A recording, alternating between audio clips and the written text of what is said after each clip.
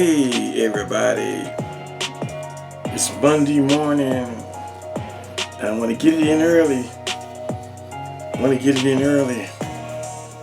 Welcome back for part 2 of having our discussion about brother Digital Pittboss.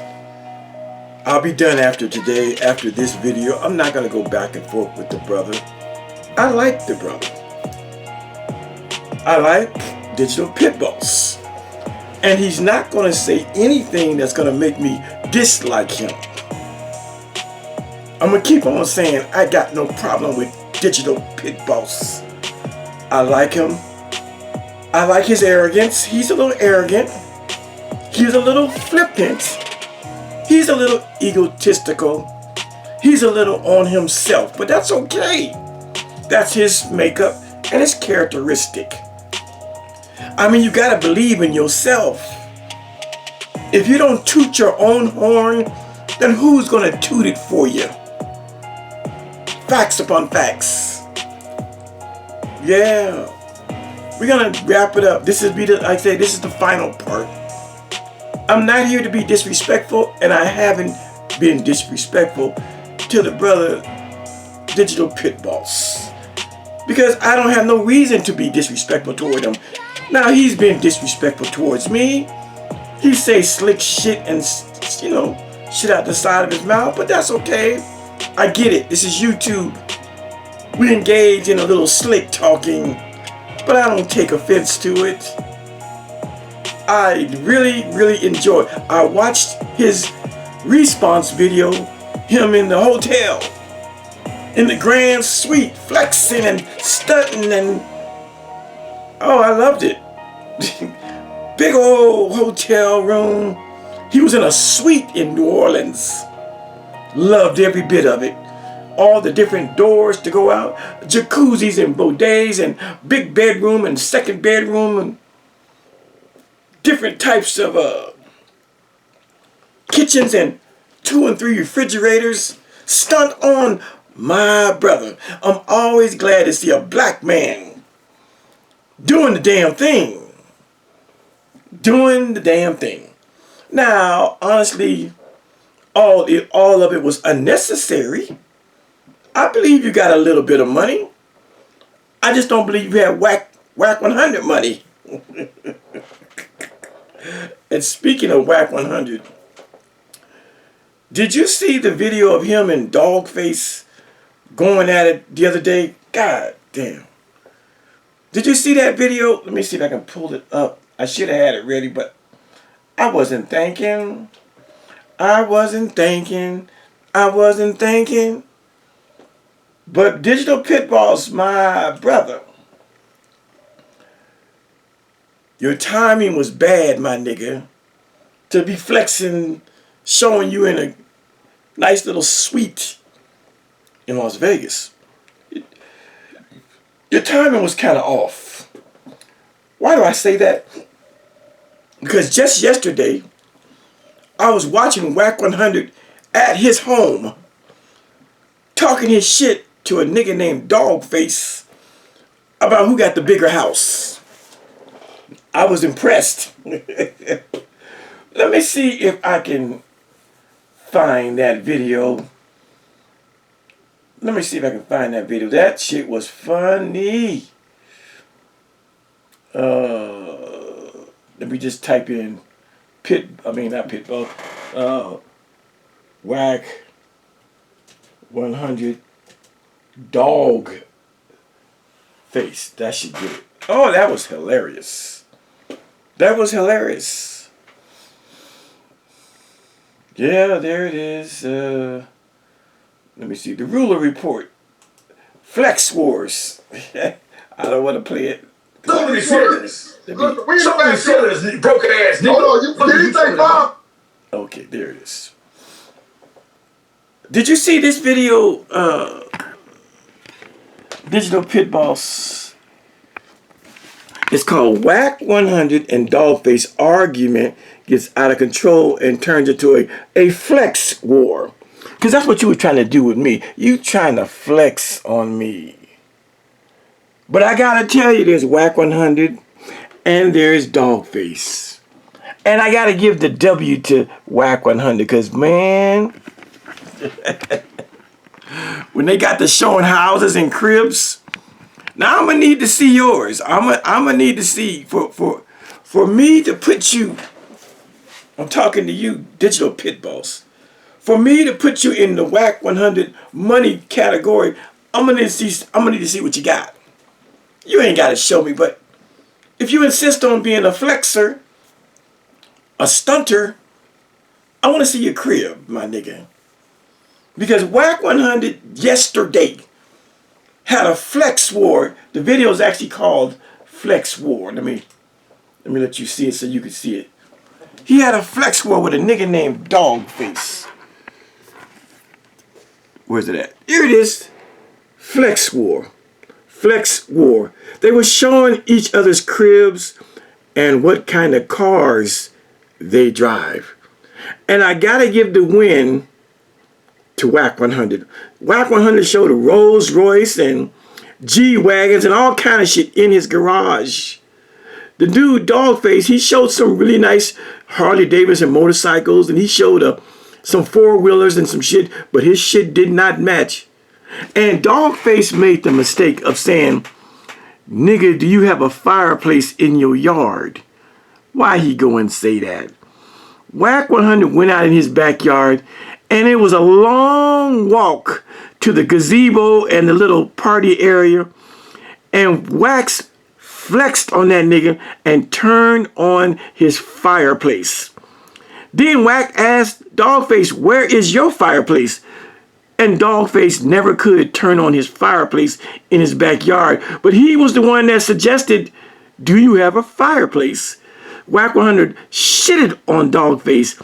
When that goddamn fireplace came on, woof, it lit up the whole, gazebo area. And then he showed kitchen, and he showed 2 bathrooms, 2 outdoor bathrooms, and he showed a pool and a jacuzzi. Oh, Whack was flexing. And so yesterday, when you, Digital Pittboss, when you showed your little suite you're staying in, the governor's mansion, the governor's room, I wasn't that impressed, my nigga, because Whack 100 really shitted on Dogface in this flex war. But go watch the video. It's on a dude's channel called The Ruler Report. Oh, it was hilarious. Let me get that out of the way. So I'm just saying to you, my brother, your flex at the governor's suite, it fell flat for me personally. I mean, it was nice. It was nice, but like you know, and I know, you can't live there, your entire life. You got to get up out of there. You don't own it. You're renting it. And you may stay there a week. You can afford a week, or you can afford 2 weeks. But eventually, your money is not long enough to just live there. There are people that go and stay in governor's suites for months and months and months because they just want to be there. Your money ain't that like that, my nigga. So it's okay, though.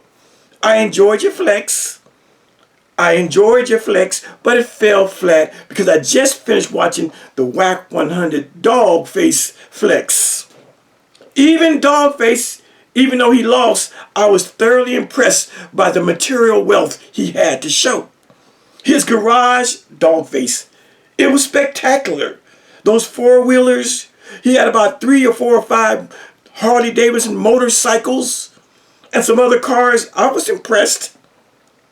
But Whack 100, when he put the camera on that double R, that Rolls Royce Phantom, and then flipped over to the G-Wagon, and then some other cars, when he turned on that fireplace from pitch black outside, it was nighttime. And all of a sudden, woof, that shit was crazy. That was some flexing and some stunting. So, you don't have as much money as he has. I mean, prove me wrong. I mean, if you wanna If your videos are about showing me how wealthy you are, I want to see you flex. I want to see you go watch the Whack 100 video, and I want you to show me you got more shit than him. That nigga showed me a Rolls Royce, I don't own one, and a G-Wagon and some other shit. That nigga showed me a backyard that had flat screen TVs outside. A backyard with 2 bathrooms. A backyard with 2 or 3 gazebos and couches and shit. He walked me through the house and showed me the amount of refrigerators and oh, he took us to the game room. He said his game room is 2,200 square feet, bigger than a lot of people's houses. Oh, Whack was on one. Yeah, I'm pulling his dick.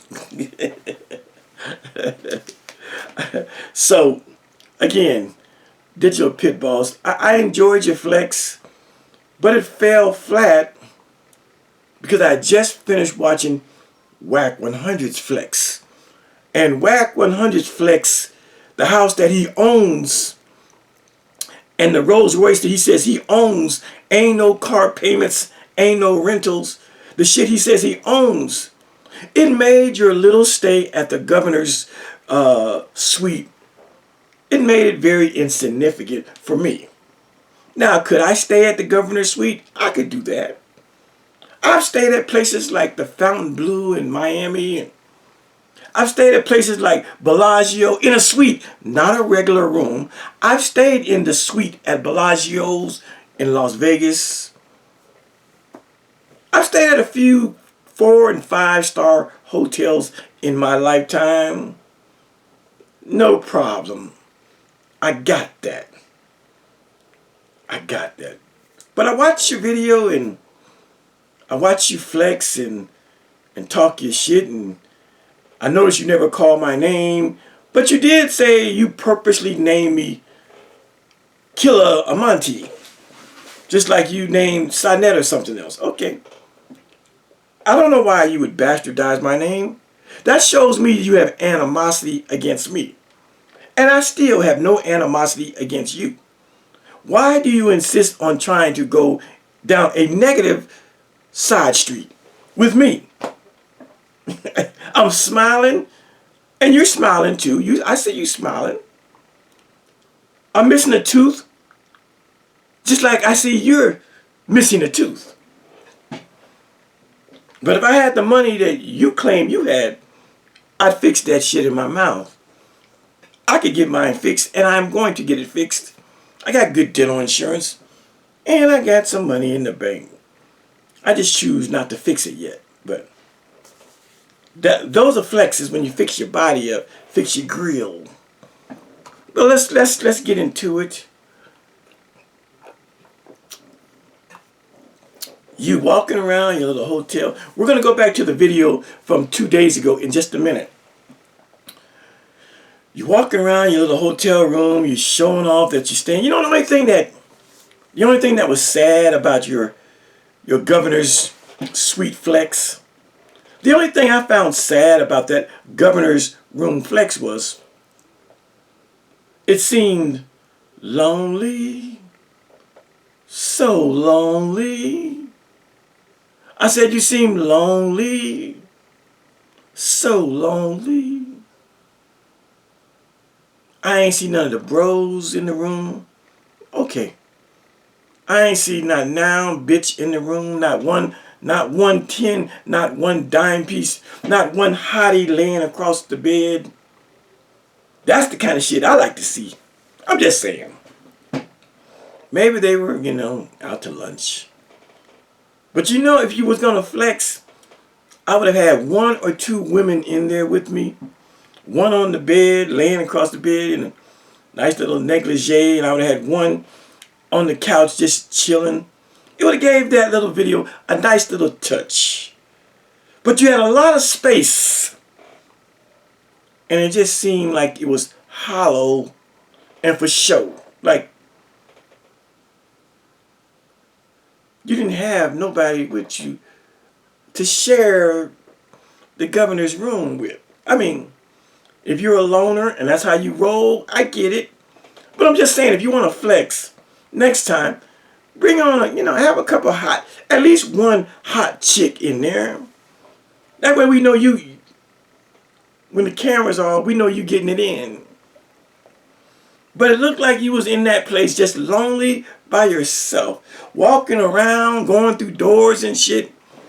I'm looking in the background to see a hot chick. I saw nothing but you in the mirror. It wasn't the best flex for me. I mean, again, after seeing the dog face Whack 100 video yesterday, you got work to do, my brother. I know you showed that your truck, it was what, $60,000? $60,000 or whatever you paid for it, $80,000. But then I saw Whack 100's double R. I know that's 250, 300,000, 400,000.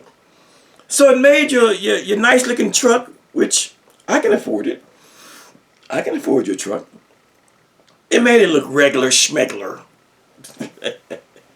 And let me say this also. I watched your video, your most recent video in the governor's suite, and it's not a good, smart thing to say that you're into illegal shit, that you get your money illegal. I mean, bro, that just ain't smart. I mean, if you want to be free and stay free and do all the things you want to do, travel and buy material shit, I never asked you what you did for a living. Why are you on YouTube saying things that I find quite ignorant, like saying 2 times in your most recent video that you are into illegal shit, that you are into criminality? Come on, my nigga. Come on. And then you went on to suggest what I got from it, if I were the authorities, you're a pimp. You referenced PIMP a couple times. So I got that you said later tonight you're going to go out and you're going to have your hand out. Basically saying that I guess the women are going to be bringing you money in the midnight hour. Why are you putting that on YouTube? You know, a lot of y'all like to blame people like Vlad TV, you know, the white boy, the Russian, saying he's a cop and he worked for the government. But a lot of y'all be self-snitching. Your last video, my nigga, you was self-snitching. You was telling on yourself. 2 times you said you do illegal shit. Why you self-snitching? I mean, as your elder, I won't say big homie, but you know, you get it. I'm giving you advice. Cut that shit out, my nigga. Act like you are a legal businessman and what have you. And that other thing is, I don't know why you are condescending to people that work 9 to 5s. What's that about? I'm sure your mother and father, I'm sure you have brothers and sisters, uncles and aunts, maybe even grown children that work a regular schmegler 9 to 5. Why do you come on YouTube and look down on the working class? Karl Marx, you know, the Russian guy, he called the working class the lumpen proletariat. See, I teach even though we have our little back and forth, but I'm being respectful and I'm really giving you good stuff. I've already told you, stop self-snitching.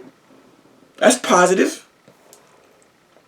But why do you have a condescending tone about the working class? I don't got you niggas work 9 to 5.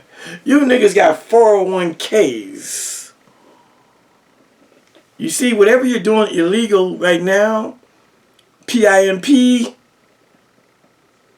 that shit's gonna come to an end. One way or another, whether the law catch up with you or you just grow old. And when you get to be 75 and older and you ain't got the stamina to be in the streets at night pimping, you, my brother, will wish you had a 401k. You will wish you had a thrift plan. You will wish you had some type of money to fall back on. You will wish you had worked a regular job so you could even collect a decent amount of Social Security. It's all fun and games. But wait till the rabbit gets the gun. In other words, wait till Father Time catches up with your ass. And if I understand right, you're mid-50s. You're on the upside of being 60. Wait till Father Time catches up with you. But you on YouTube, you're flexing like you in your 20s and 30s and got a lifetime to be a PIMP. Nigga, your days is short. Your days are numbered. 60 will be here tomorrow. And 70 will be here next week. And when that time comes, and you can't be a PIMP no more, and you have to sign up for a Social Security check, and they tell you your Social Security check is only $730 a month because you ain't worked nowhere. All those years you spent dissing the working class, instead of getting a $2,000 or $2,500 or a $3,000 a month check from Social Security to at least pay your rent, you're going to get $730. And it won't be so funny. And then in that day, you might respect the working class, what Karl Marx called the lumpen proletariat. It is the working class that drives America. If there's no working class, there is no pimp game. Because the working class works a regular 9 to 5, and in their spare time, they pay hoes and prostitutes for their services who bring the money to you. So the working class should never be violated. Without the working class, there is no hoe stroll. Without the working class, there is no prostitution game. The prostitutes, they rely on tricks and johns and working class niggas to bring $40 or $100 to get around the world, or a sloppy toppy or whatever they're paying for. But it is the working class. It is the working class who on a Friday or Saturday night might want to see one of your ladies and give her $100 for around the world, and she brings it to you. So why are you over here dissing the working class? Again, I'm sure you come from a working class family.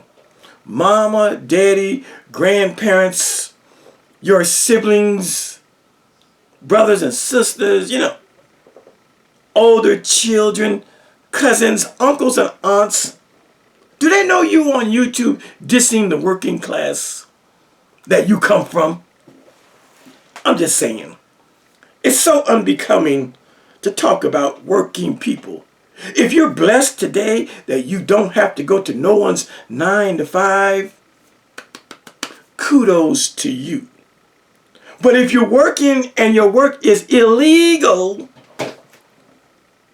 then you always got that in the back of your mind. What day are they going to knock on my door? When will the police or the authorities or the FBI or ATF, when is that RICO law going to be applied to me? That's the life you chose to live, my nigga. And I don't, like I'm telling you to stop talking shit about the working class. I don't talk shit about young brothers out there doing criminality. I get it. Yes, I came from a very good growing up childhood, but I understand the struggle. I understand dudes who have to get it from the mud. I understand the pimp game. I understand the drug game. I've actually had to dabble and delve in drugs myself. I'm not that clean. I'm not that clean. But like you hold your nose in the air and hang your head high and speak very condescending of we, the working class, the 9 to 5ers, what if I did that to you? What if I did that to, drug dudes trying to get their money to take care of their kids, and pimps trying to got their hoes out there trying to get $1. I don't look down on pimps and hoes, and I don't even look down on gang members. I don't look down on drug dealers. I get it. African Americans, black folk in America have been put in a funky, precarious position where we got to get it from the mud, and we got to get it by hook or crook. And so, like, you should stop talking shit about the working class. I don't talk shit about the illegalities of street life. I respect it. Let me show you how much I respect it. Again, I from what I got, use a pimp. From what I gather. I be around your kind. Who is that? That's Khalil Amani, and the greatest pimp to ever walk, Bishop Don Magic Juan. I'm throwing up the peace sign. We in the nightclub. We in VIP in Washington, D.C. Nigga said, I ain't got no friends. I'm a square. But I got the good fortune to be around people like the great Bishop Don Magic Juan, a reformed retired pimp. We chopped it up that night. He knows who I am. I'm just saying, I don't disrespect pimps and hoes and gang members and drug dealers. I get it. This is a nigga from California, right? Well, he's from Chicago, I think, but I be around your types. I'm a writer. I'm a journalist. I be outside and I be around those who they think are low level and the dregs of society. Did you know this guy here? He from your neck of the woods, Freeway Ricky Ross. I'm outside, my nigga. This what I be doing. While you was on Blog Talk Radio talking crazy to niggas like Sonetta, I really be outside. I'm a real journalist. I'm a real wizard with my pen. And I go where they at. Facts upon facts. You know who this guy is? You might not know him. But that was one of the biggest drug dealers in Miami.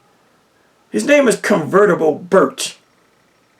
If you're a street nigga and you're a national street nigga, in other words, you travel, then you probably heard of Convertible Burt. If you listen to Rick Ross's first or second album, he shouts out Convertible Burt, one of the biggest drug boys in Miami. But look at your boy. I'm a real civilian, a real square. But I be outside. I be outside. I got lots of pictures, but I just want to show y'all that. You said when you was, we're going to get to your conversation, but I want to get the home. This is housekeeping stuff. Housekeeping. Get it out the way. You flexed and you talked about your glasses that light up. Well, I got on, these are, what do you call these? These are, I can't think of the name. You see the symbol. They old. The diamonds are coming out now. God damn, what's the name of these things? They're designer. These are designer frames. I got a little bit of money. These are designer. I can't think of it. Let me look. I'm wearing designer frames. Shit, I can't even think of the name of this thing. But they're so old. These are about 15 years old. You can see the diamonds are going out. But if you know about symbols, you know who that symbol is. It'll come to me in a minute. But you talked about you're having glasses that light up, nigga. Nigga, we got those too, nigga. You talked about glasses, you know, if it ain't got a light on it. Is that what you're talking about? The Ray-Bans with the light. I got the same ones you was trying to flex on in your little, you know, your little suite. I got those. You got the glasses you got to charge. The glasses that take videos and pictures. I got that. I got that, my nigga. I got that. I got the same thing you got. I mean, you might have more money than me. You probably do. But I can afford stuff like that. Did y'all see? Nigga flexing Ray-Bans because you have to charge them. I got the same ones. I got the same ones. Anyway, I got most of the housekeeping out the way. We're going to get back into this. Again, this is my last video talking to Digital Pittboss. I only made this video because he came on, he was talking about, he was trying to tell people how I was introduced. I came in some phantom back door through Israel Doctrine. I don't give a fuck about that. He even talked about after I did these TV shows and then all of a sudden I'm dealing with Israel Doctrine. Well, even after I dealt with Israel Doctrine, I did 2 or 3 more TV shows after that. I get around like Tupac says. But we're going to go back now and let's just get into, oh, I want to say this too. In my last video, I talked about how I grew up and we didn't have to jump off the porch and I didn't have big homies and, you know, all the shit that's consistent with living in, you know, South California, Southern California, in Los Angeles and Pacoima, that area over there, where he comes from. And again, I enjoyed him talking about it. But the thing that kind of rubs me the wrong way is that when people try to hold up their worldview, their lifestyle, their upbringing, like it was the be all end all. That's when I have to come on and say, nigga, your life is not the rule, it is the exception. I lived in a neighborhood where I didn't have to worry about red or blue. I lived in a neighborhood where I could walk anywhere I want to, cross any boulevard or avenue or street, and no one said you on the wrong side of town. That's that cracker shit that you niggas in LA were involved in. You niggas were just like the Ku Klux Klan of the South. Boy, you know you don't come across these railroad tracks. You learn that shit from your white oppressors. Even though you had the Black Panther Party trying to help you gang niggas get it together, J. Edgar Hoover, COINTELPRO, they came in and destroyed the Black Panther Party, and when that happened, you niggas went berserk on each other. I understand it. I understand your lifestyle. My problem with you, Digital Pittboss, is I don't think you understand my lifestyle and my upbringing. I don't think you put any respect on my lifestyle, and I see it all the time on YouTube. You civilians, you squares. Shut up, you squares. Like a square can't fight. Like all squares are subjected to gang members and their bullying tactics. I know some squares you would never want to see. Facts upon facts. I ain't one of them. I'm a bitch ass nigga. I'm an old man. I ain't trying to fight nobody. But I know some young men that in college and some young men that work a 9 to 5. You don't want to see them as a civilian in a square in no street fight because they got squabbled, as you folks say out there in California. You don't want to see them. But I understand your culture and I understand your lifestyle. I understand where you came from and your upbringing and the rules of the game, and I understand all that. My only purpose for talking about my childhood was to say, don't look down on people whose mothers and fathers raised them correctly. Don't look down on black communities that were free of where you could walk to and what colors you can wear. A lot of you niggas that come from that lifestyle, you come on YouTube to tell your prison stories and your gang stories, and you look down on the squares and shit like that. Because we had a nice life, because we came up correctly, because we had two-parent households. that raised us correctly. I mean, I love a good prison story. Don't get me wrong. I love a good gangster movie. Menace to Society, Boys in the Hood. I love that shit. I'm fascinated by that shit. And as a writer and a reader, I read great books like Nathan McCall's Makes Me Wanna Holler, a nigga that was in a gang but then turned his life around and got his college degree and became a Washington Post writer and won all kind of awards. He didn't stay confined to the fucking hood that made him. He transcended gang life, went on to college, became an award-winning journalist for the Washington Post, but he started out as a gang member. These are the rags to riches stories I love to read about. These are the type of stories of trial and triumph that I love to read about. Makes Me Wanna Holler by Nathan McCall. Even a nigga like the dude from your neck of the woods, Monster Cody, loved his book. It let me know about the perils and dangers of gang activity and gang life. So I'm not stupid about where you come from. It's a dangerous life. Shout out to the late great Monster Cody. May he rest in peace. But at least he transcended the murdering and all the craziness he was doing on the streets of LA. He transcended his life. Wrote a best-selling book. And before he died, he understood that gang shit didn't mean a hill of beans. Before he died, he realized he was a fucking ignoramus as a gang member. He thoroughly critiqued the gang lifestyle. I read these types of books. Yes, I do.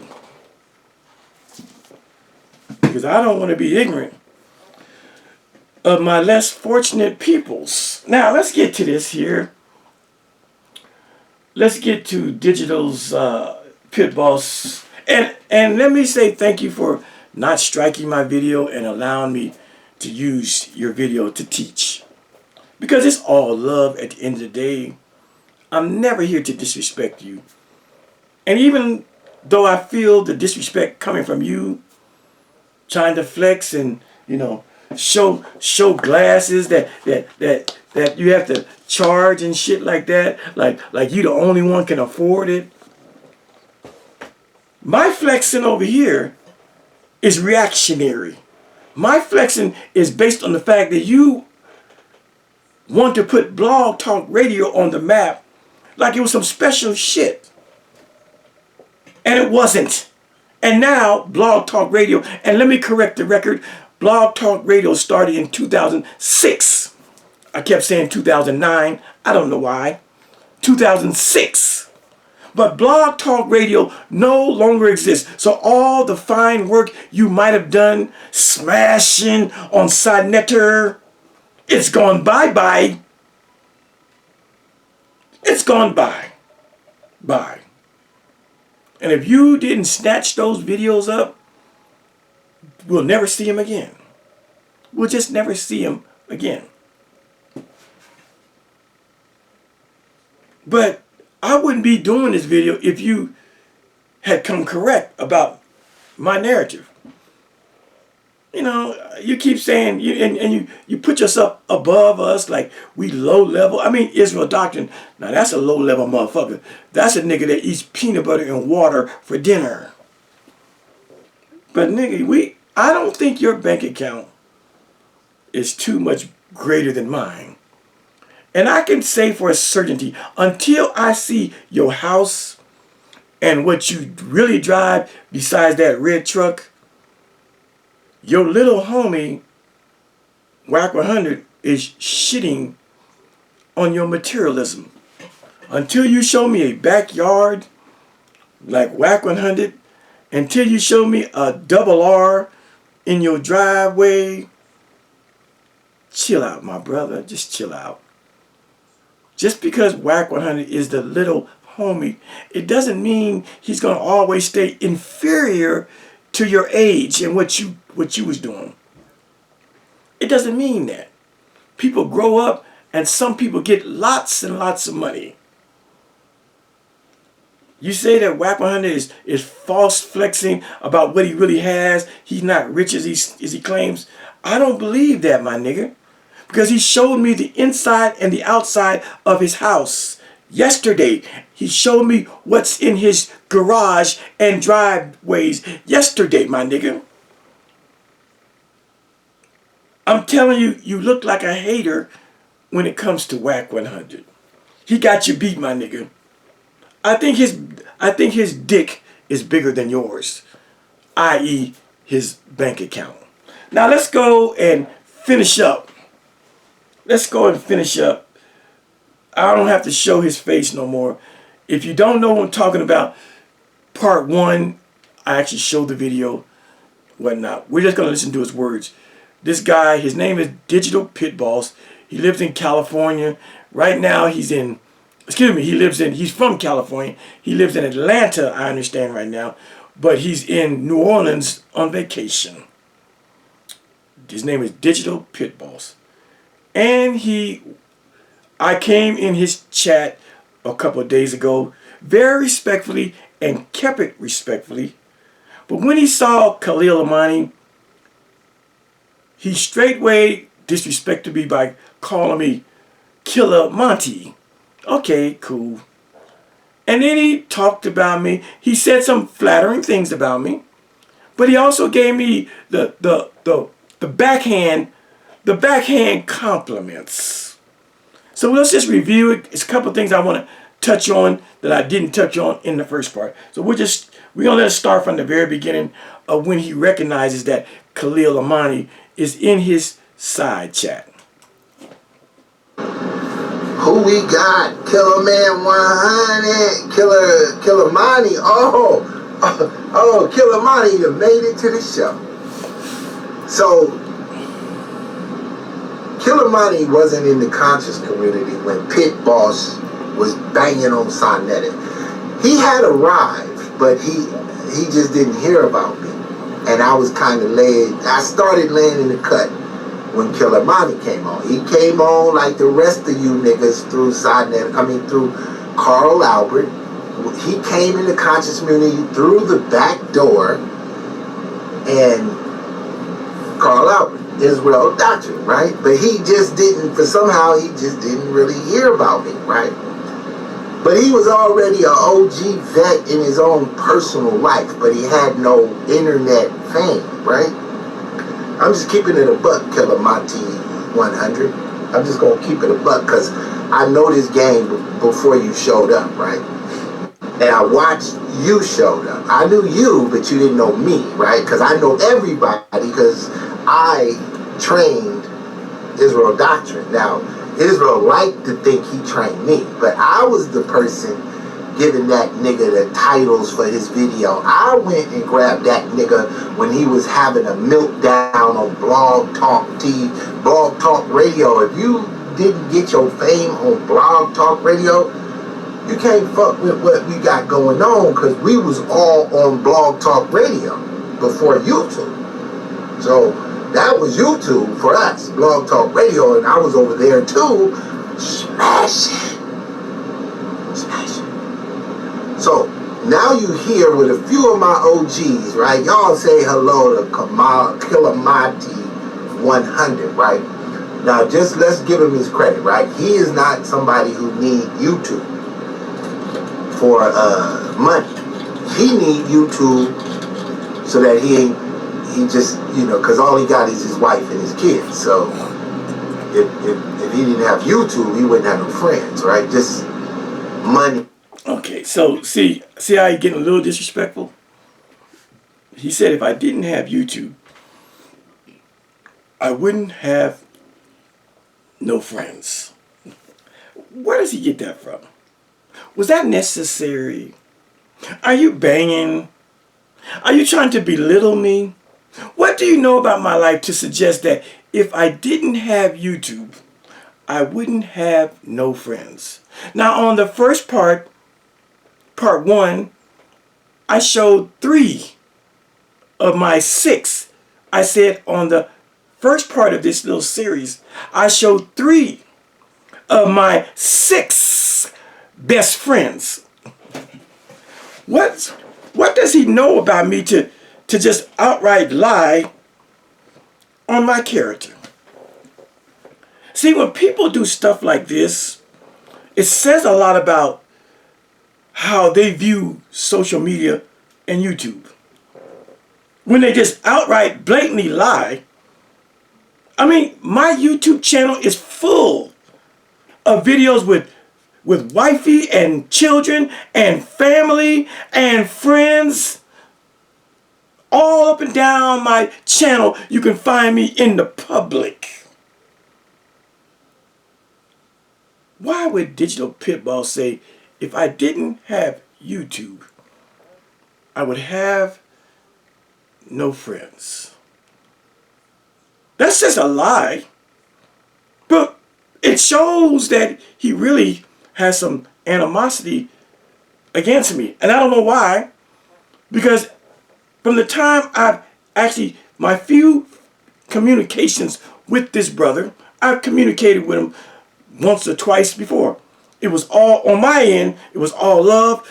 On my end, it was all respect. And now I'm in his chat, and he's telling niggas that he knows that if I didn't have YouTube, I wouldn't have no friends.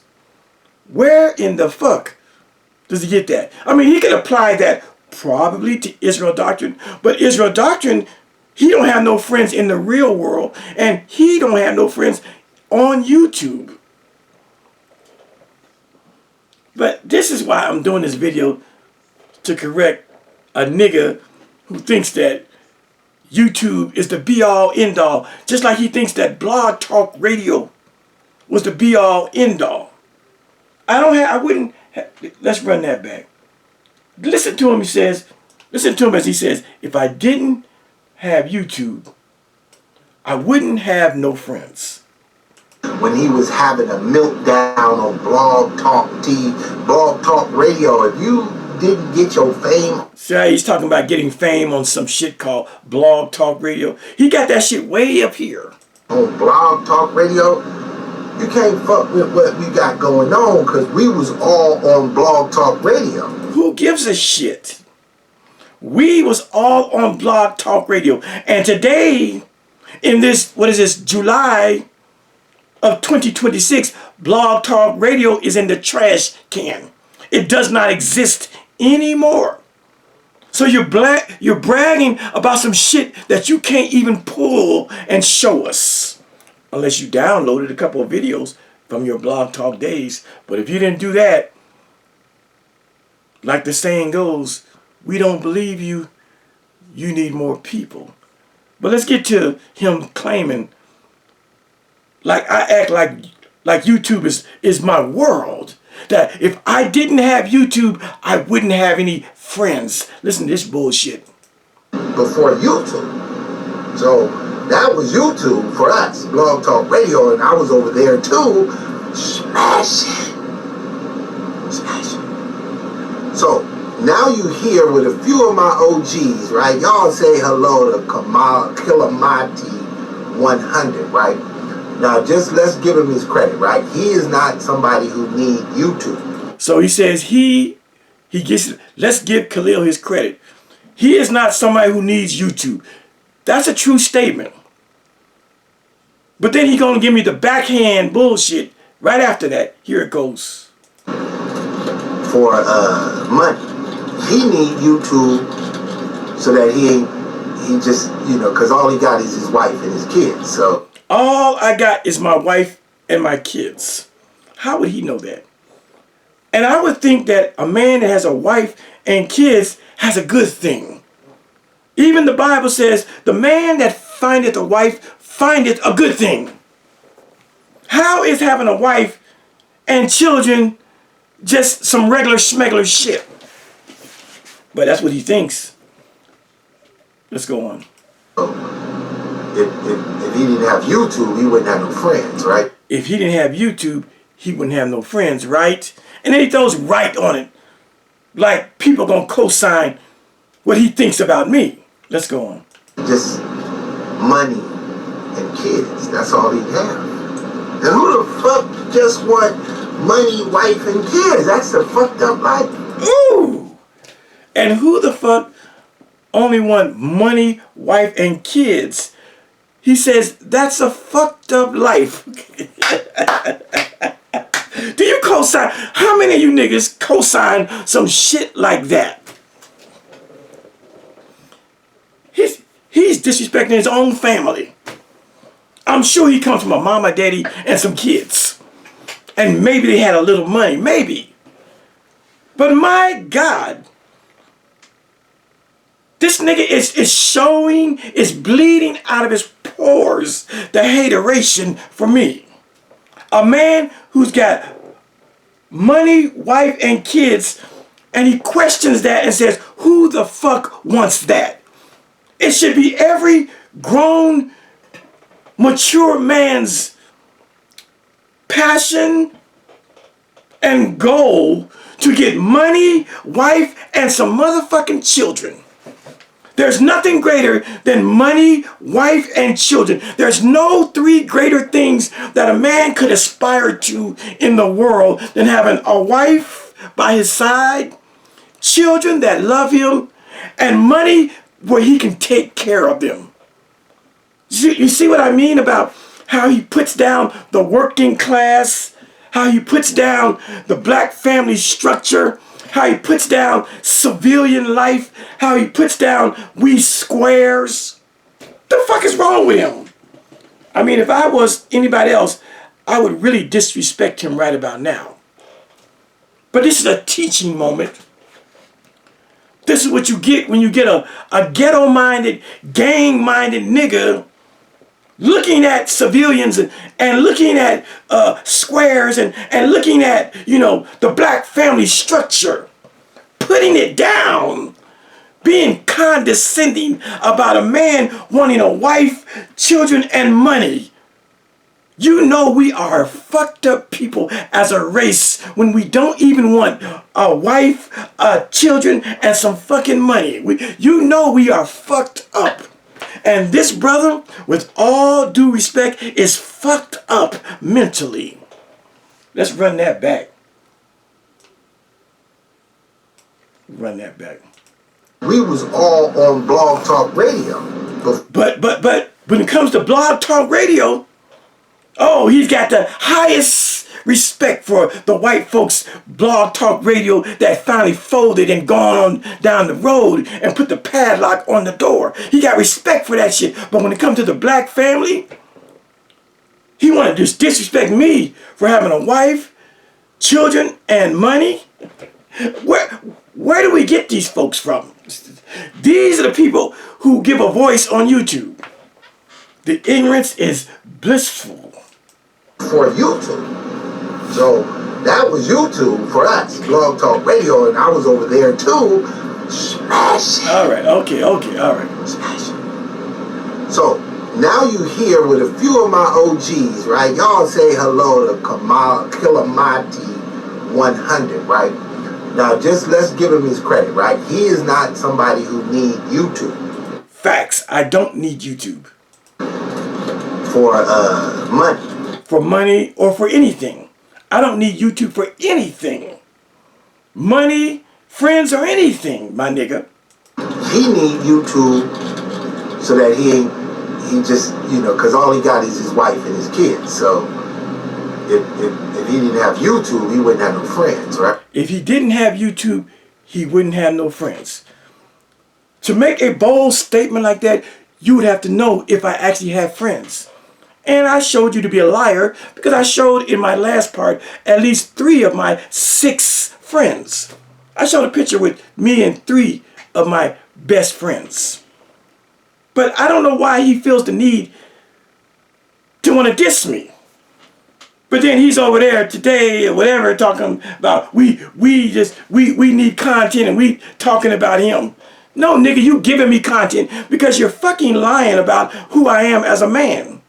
I got plenty of friends and I don't need YouTube. Now listen to this very, very disrespectful and blasphemous statement about the black family structure and that it ain't shit. Listen to his condescension about a man with kids and a wife and money. Listen to him say, who, that's some boring shit. Let him say it.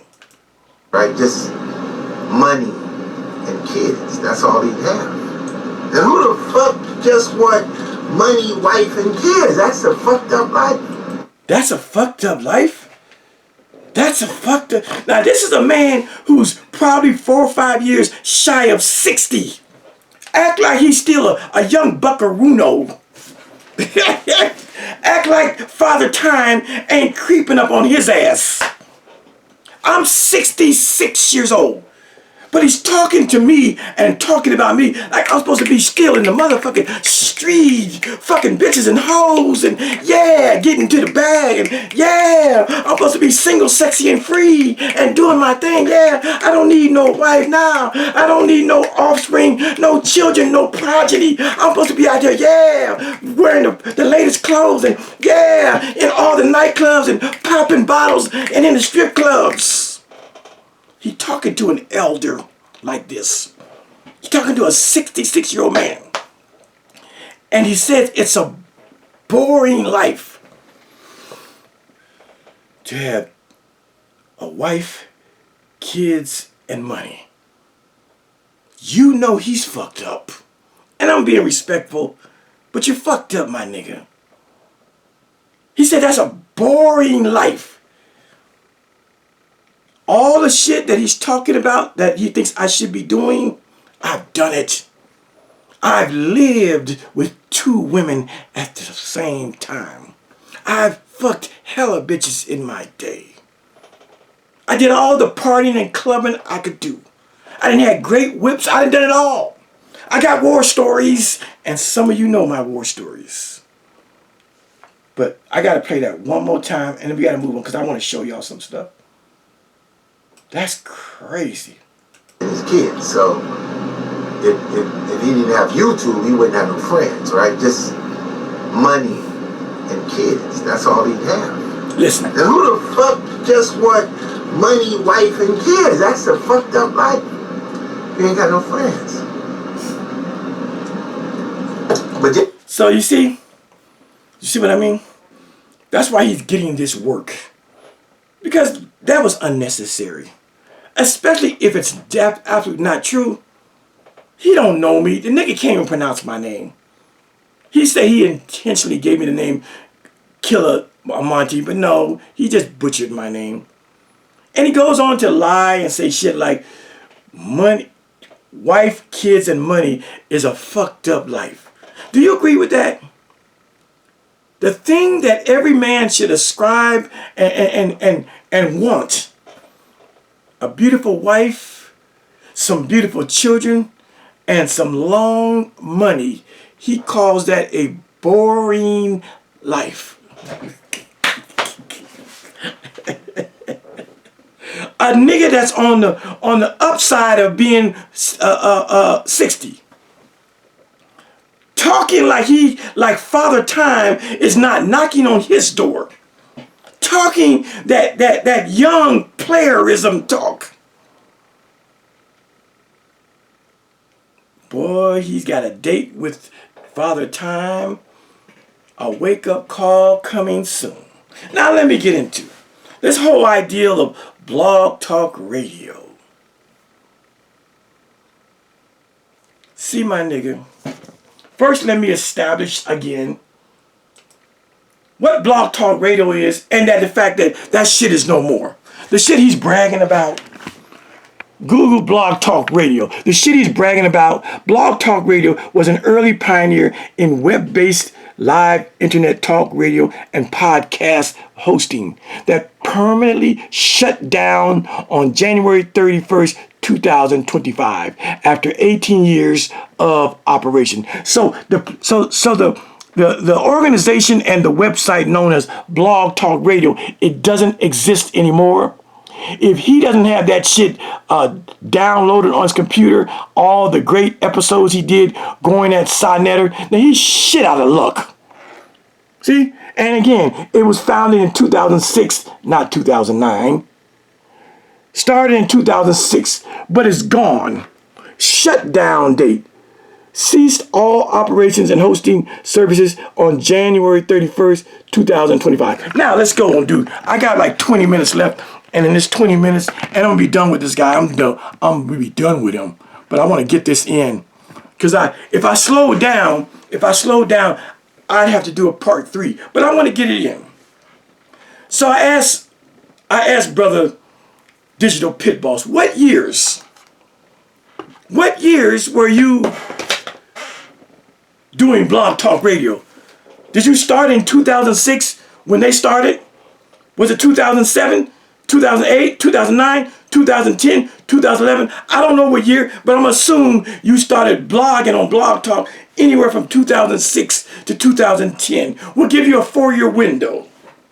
2000, we'll go 6. We'll say 2006 to 2012. We'll give you a 6-year window. Well, let me show you what I was doing while you were on Blog Talk, faceless, paying $19.95 to have a Blog Talk channel and talking to niggas of no account. Niggas talking over one another. Niggas beefing about, talking about he's smashing on Sonetter, and Sonetter's still here doing what he do. No, Sonetter's not the biggest YouTuber, but he's doing okay. Sonetter's not rich, but he's not gone. What you mean you smashed on him? That's your opinion of what you did. He's still here, and you ain't here. You just came back out of wherever you came from, my nigga. But let's talk about. Let's start with Blog Talk starts in 2006. Let me show you what I did in 2007. In 2007, let me show you what I would publish. This is my book, Khalil Amani. My id, ignorant and dysfunctional, life in the Yahweh cult and the witness protection program. Yes, I was a government informant. I make no bones about that. There's the book. What year did I publish this 300-page book? You see it. While you were on Blog Talk Radio talking to a bunch of ignorant niggas, Khalil Amani in 2007 put out a 300 and how many pages? 372-page book. That's what I was doing in 2007. Another one. What was I doing in 2007? Another book called Hip Hop Homophobes by Khalil Amani. What year did I put this out? I'm just showing you what I was doing versus what you were doing. You was talking shit. The same year in 2007, while you were on Blog Talk Radio, I was doing constructive shit and leaving a digital imprint, a literary imprint on the world. I published 2 books in 2007, my nigga, while you was on Blog Talk Radio. I showed you this yesterday, but I'll show it again. 2009. Summer 2009. DJ K Slay's Straight Stuntin' magazine. Look whose name was on the cover. While you were talking to niggas of no account, in 2009, Khalil Amani was getting his name on the cover of hip-hop magazines. Got my man Busta Rhymes. Got my name on the fucking cover. This is what I was doing. See, Blog Talk Radio is no more. You can't even pull up what you was doing back then because the shit doesn't exist. The nigga even took a shit on me being a writer, y'all. He took a shit on that too. Let me find what I'm looking for. I want y'all to see inside. Here it come. I know exactly where it's at. There it is. This is what, while you was on Blog Talk Radio, my nigga, I was getting published in a world famous DJ's magazine. Facts upon facts. I was speaking my truth and talking about the ills of society and the ills of hip hop. I was repping for the LGBTQ community. And I don't make no bones about what I was doing in 2009, my nigga. See? Another magazine called Originators, 2014 maybe. 2014, all these fine women. These are the women you should have had in that suite. That would have said it all, but it was hollow up in there. See? This is what I was doing, my nigga. This is what I was doing. What the fuck is Blog Talk Radio when you were writing for a magazine, 2 different magazines? See, my nigga? I'm going through this shit quick. And speaking of my nigga, Whack 100. This is why I say Whack 100 is the homie. Because here it is again, Straight Stun Magazine. And this is the Whack 100 edition. Why you mad at him? There you go. Why you mad at Whack 100? What you got against old Cash Jones, aka Whack 100? See? Whack 100 is doing things. That nigga rocking Gucci hats and Gucci shoes, and he's a CEO and he's doing his thing. Why you think you got more money than this man? What's your real beef with Whack 100? He's in magazines, my nigga. And so you know, I'm in the same magazine as Whack 100. See? But you on Blog Talk thinking that's the shit. But you ain't got a digital footprint today. You can't show that shit. Nigga, you could never in your motherfucking life match my media game. Motherfucker, Blog Talk Radio. You could never match what I was doing. And what year was this? This was probably 2000, I think it said 14. I don't know. I don't know what year it is. But there I am. Name all over the fucking place. While you on Blog Talk Radio. If you don't sit your monkey ass down talking about some Blog Talk Radio. This the real shit, my nigga. Here's the 2009. Here's 2009. You see that right there where it says gay rappers? You know what Spin Magazine is? It's only the second largest magazine, music magazine. Now, let's take a look in here. This is a music magazine. My presence is everywhere felt. You see this right here? Here's an article called Straight Out of the Closet talking about gay rappers. In Spin Magazine. And this was 2009 while you was on Blog Talk Radio. Look who they quoting down here. Others are more hopeful. All we need is our own Eminem, someone whose talent is undeniable, says Khalil Amani, author of Hip Hop Homophobes. It's easy to forget, but there was a time when it seemed crazy that a white guy could be a respected rapper. See, I'm quoted in magazines, my nigga.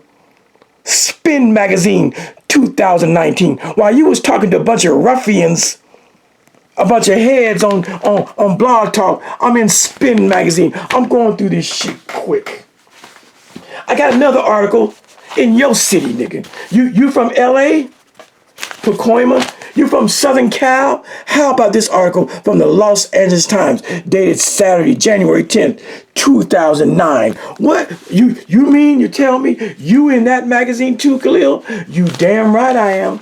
You damn right. I'm in your, nigga, I'm in your magazine. I'm in your newspaper in your city. Here it is. See the date? Los Angeles Times, gay rappers put their lives into rhyme. Look at the date. Where's the date? Saturday, January 2009. Los Angeles Times, nigga.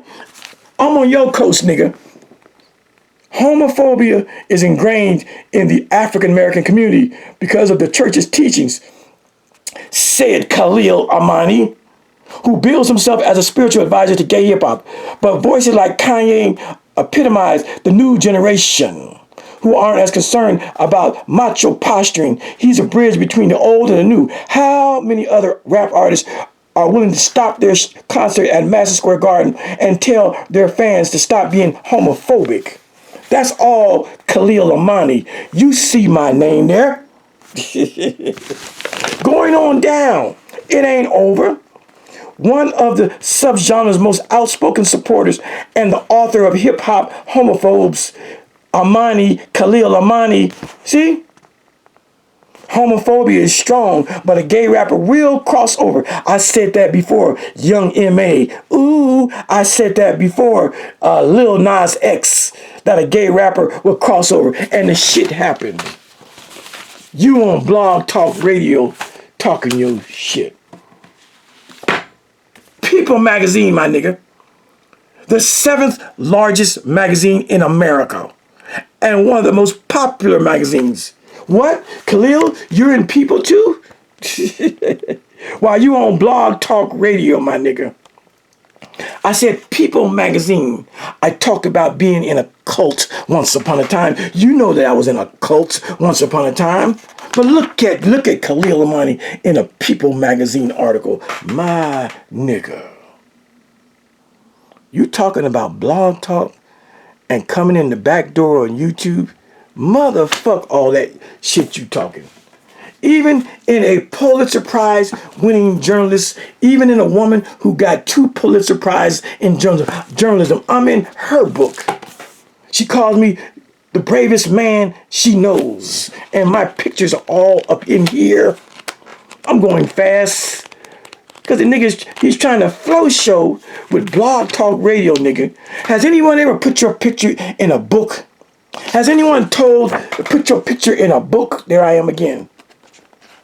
Has anyone ever had the understanding to want to write about your life? Digital Pittboss, put your face in a book? Put your story in a book?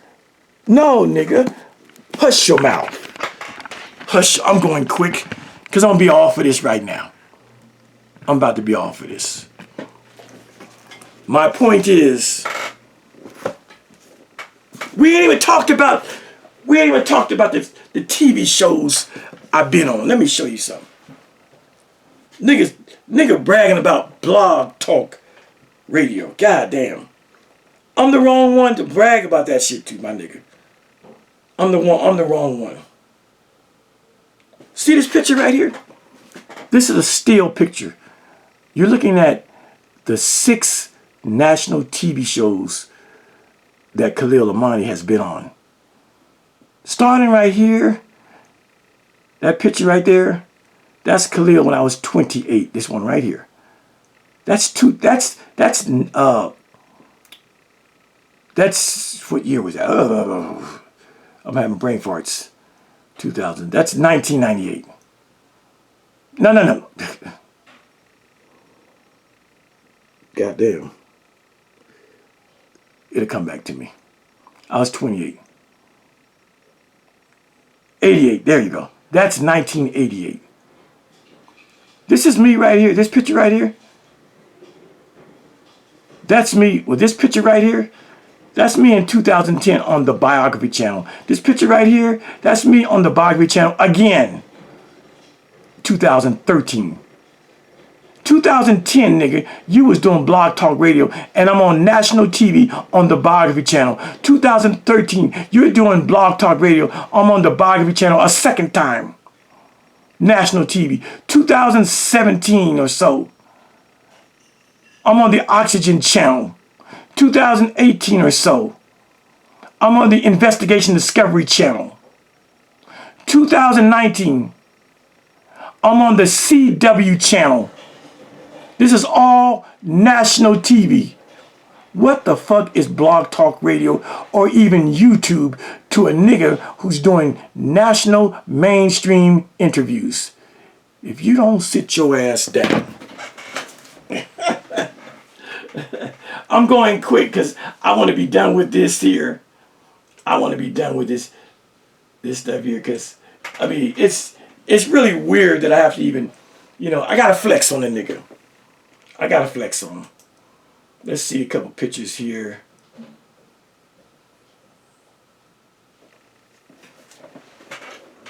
Me and Whack 100 have history. Let me see. as hip hop goes,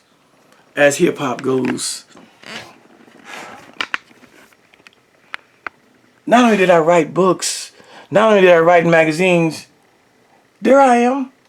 This is allhiphop.com. You see my name right there. What was that, 2014? You on Blog Talk Radio, my nigga. I'm writing for the #1 hip-hop site on the internet. Allhiphop.com. My life is being documented, my nigga. How dare you try to flex on some Blog Talk bullshit. And even Whack 100,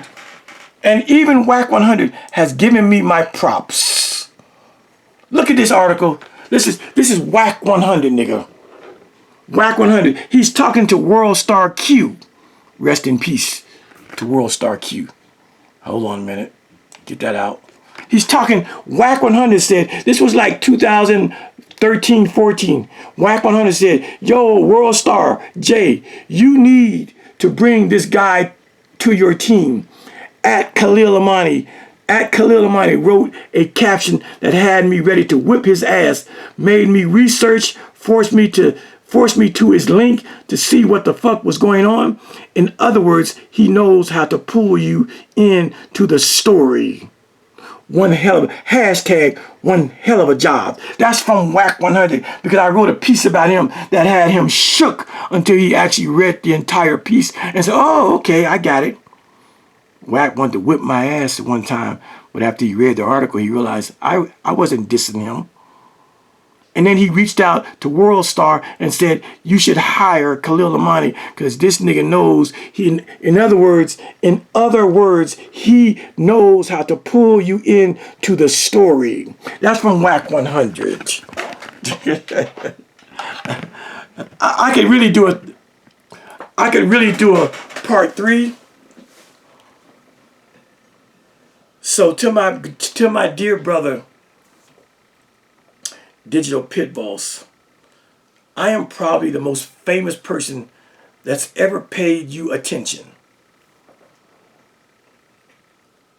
You can have all the money you want and still be whack as fuck. No pun intended. You probably got more money than me. I'm a 9-to-5er. I've retired and come back out of retirement. I got a 401k and I got a pension. I got all the things I'm supposed to have. But remember this, my nigga. Remember this. One day, we are all going to die. And that's when there will be a eulogy about you and a eulogy about me. That's when those, your loved ones who are left behind, will recite the achievements of your life. That's when you will pay the piper. You think it's a bad thing to have a wife, children, and money? You think it's a bad thing to be a 9-to-5er with a pension and a 401k? When you are dead, my nigga. When you are dead. And people have to read that obituary. What will your obituary say about what you left on the planet Earth? Will your digital footprint, Digital Pittboss, will it be greater for the betterment of humanity? Will you have left this planet in better shape than you found it? Will your life's works, your life's achievements, and your life's accomplishments, will they make mama, daddy, brother, sister, and your children, if you have any, will they make you proud? Or will your obituary say, as you said about Israel Doctrine, here lies Israel Doctrine. Here lies Digital Pittboss. A man that did criminal, illegal shit, was a pimp, and died in his own vanity. What will it say about you? Have your fun now, my nigga. But I can look on my wall. Nigga said do a 360. Motherfucker 360. I can just show you my wall of fame. my accomplishments, my TV appearances, my quotes in magazines, my writings in magazines, my college degrees and my technical degrees and shit like that being mentioned and wrote about in other people's books. I can show you my books. The nigga even shitted. The nigga even shitted on the fact that I'm a writer. Nigga, Digital Pittboss, you are no spring chicken, my nigga. I have a body of work. You're talking about Blog Talk Radio? Motherfuck Blog Talk Radio. What have you done? Not what you've done with a bunch of niggas on a microphone. What have you done? That would be the measure of your manhood and the measure of your legacy. I got 6 books thus far, and I hope I can write a few more before I take my last breath. But I got a legacy, my nigga. I wrote 6, count them. 1, 2, 3, 4, 5, 6. I have a legacy. My obituary will say I have a college degree and I got a technical degree. And I wrote 6 books. And I was in magazines and newspapers, and I changed the world, and I had some advocacy, and I stood up for gays and lesbians. I defended their right for self-autonomy.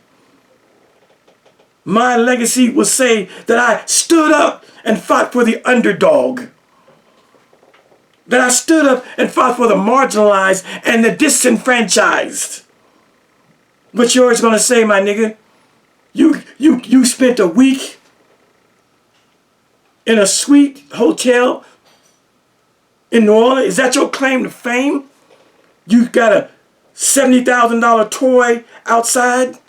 I don't care about none of that shit. Because there are people on YouTube that can stunt better and greater than you. And Whack 100 is one of those people that will shit on you until I see your backyard, until I see your garage, until I see the interior of your house. Don't show me no rented suite that you got to get out in 6 days. That ain't no flex, my nigga. We can all go on vacation and stay at a suite, 4 or 5 star. That ain't no flex. That ain't no flex. And certainly, it ain't no flex what you doing.